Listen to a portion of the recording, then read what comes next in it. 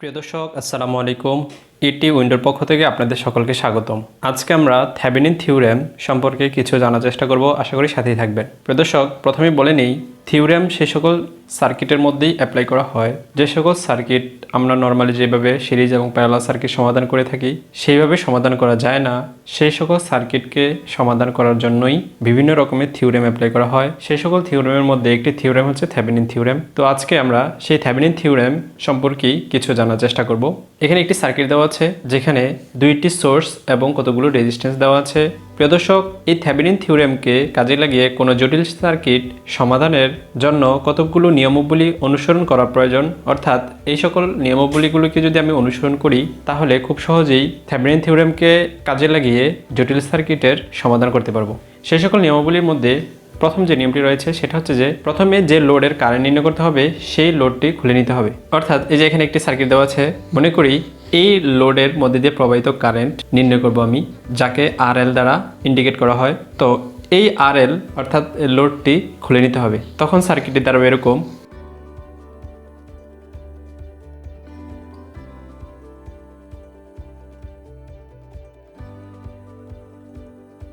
খুলে নিয়েছি আমি।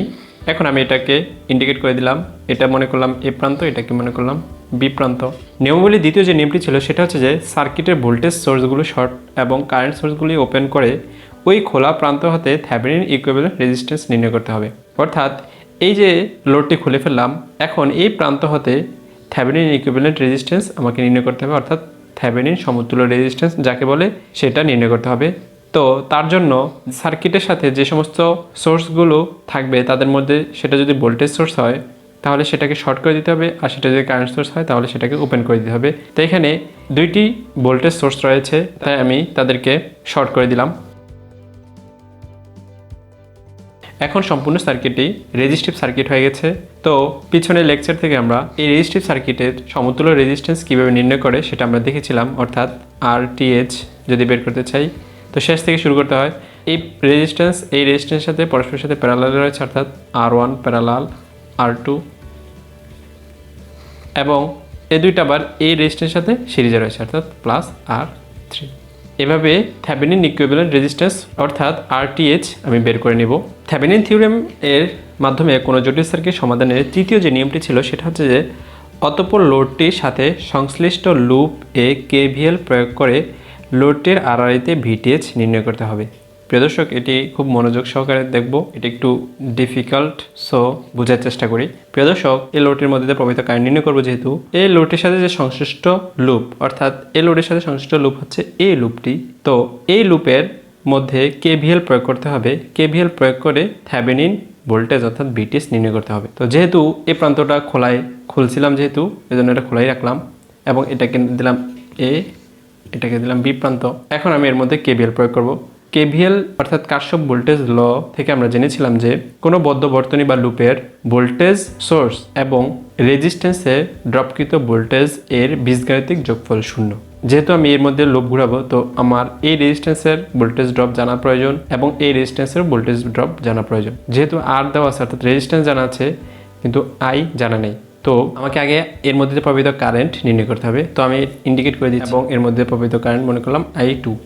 একটি জিনিস ক্লিয়ার হয়ে নেই, এখানে কারেন্ট দুইটা সোর্স থেকে কারেন্ট বের হয়ে নেগেটিভ প্রান্তে আসার জন্য এই দিকে আসার পরে কারেন্ট এদিকে আর যাবে না, কারণ এই প্রান্তটা খোলা, আর খোলা প্রান্তের মধ্যে দিয়ে কারেন্ট প্রবাহিত হয় না, অর্থাৎ সার্কিট সম্পূর্ণ না হলে যেহেতু কারেন্ট প্রবাহিত হয় না, তার মানে এই রেজিস্ট্যান্সের মধ্যে দিয়ে প্রবাহিত কারেন্ট 0, অর্থাৎ এর মধ্যে কোনো ভোল্টেজ ড্রপ হবে না। আচ্ছা, এখন আমার এই রেজিস্ট্যান্সের মধ্যে দিয়ে প্রবাহিত কারেন্ট নির্ণয় করতে হবে। তো তার জন্য সুপারপজিশন থিওরেম পিছনের লেকচার আমরা জেনেছিলাম, অ্যাপ্লাই করে এই I2 এর মধ্যে দিয়ে প্রবাহিত কারেন্ট নির্ণয় করে নেব।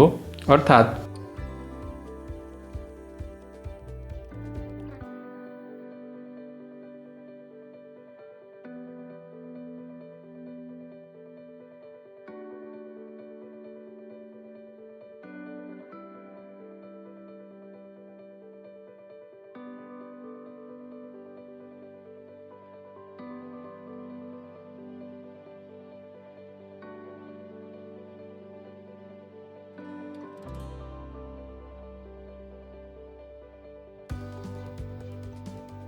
প্রিয় দর্শক, এটা হচ্ছে সুপারপজিশনের নিয়ম।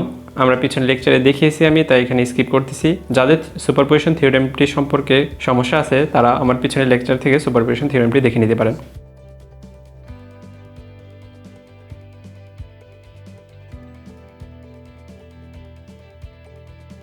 এখন আমি এই I2 বের করে নিয়েছি। এখন আমি KVL প্রয়োগ করব। তো আমি লুপ টু করব এইভাবে, অর্থাৎ এ থেকে বি পর্যন্ত হচ্ছে VTH। VTH এর এই প্রান্ত হচ্ছে পজিটিভ, এই প্রান্ত হচ্ছে নেগেটিভ ধরলাম। আমি দ্বিতীয় শ্রেণী নিয়ে করবো, তাই এটা প্লাস প্লাস VTH। তারপর এই রেজিস্ট্যান্সের মধ্যে দিয়ে প্রবাহিত কারেন্ট যেহেতু যে শূন্য, তার মধ্যে এই রোধে ভোল্টেজ ড্রপও শূন্য, অর্থাৎ কোনো ভোল্টেজ ড্রপ হবে না। তারপরে এখানে আসবে, এখানে আসার পরে কারেন্ট, এখানে আসার পরে একটি সোর্স রয়েছে এবং যার দ্বিতীয় স্থান হচ্ছে নেগেটিভ, তাই -V2।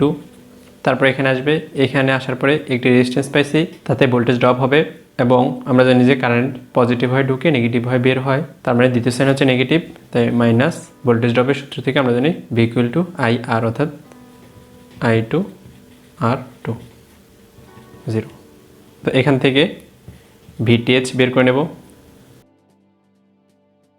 চতুর্থ যে নিয়মটি ছিল সেটা হচ্ছে যে সর্বশেষে VTH, RTH, RL এর সমন্বয়ে থেভেনিন ইকুইভ্যালেন্ট সার্কিট অঙ্কন করতে হবে। অর্থাৎ এই যে আমি যে প্রথমে RL পাইছি, এরপর এখন VTH পাইছি এবং এই যে RTH পাইছিলাম, এই তিনটা নিয়ে থেভেনিন ইকুইভ্যালেন্ট সার্কিট অঙ্কন করতে হবে। অর্থাৎ থেভেনিন ইকুইভ্যালেন্ট সার্কিট হবে সিরিজে, অর্থাৎ এটা হচ্ছে VTH, এটা হচ্ছে RL এবং এটা হচ্ছে RTH। এখন এখান থেকে আমি I বের করে নেব, অর্থাৎ I = V/R। যেহেতু সিরিজে রয়েছে তার মানে আর রেজিস্ট্যান্স দুইটা যোগ হয়ে যাবে, VTH ভাগ RTH প্লাস RL। এটাই হচ্ছে RL এর মধ্যে দিয়ে প্রবাহিত কারেন্ট। প্রিয় দর্শক, আশা করি বুঝতে পেরেছেন। যদি বুঝে থাকেন তাহলে অবশ্যই আমার চ্যানেলটি সাবস্ক্রাইব করবেন, আর যদি বুঝতে কোথাও অসুবিধা তাহলে অবশ্যই কমেন্ট বক্সে জানাবেন। ধন্যবাদ।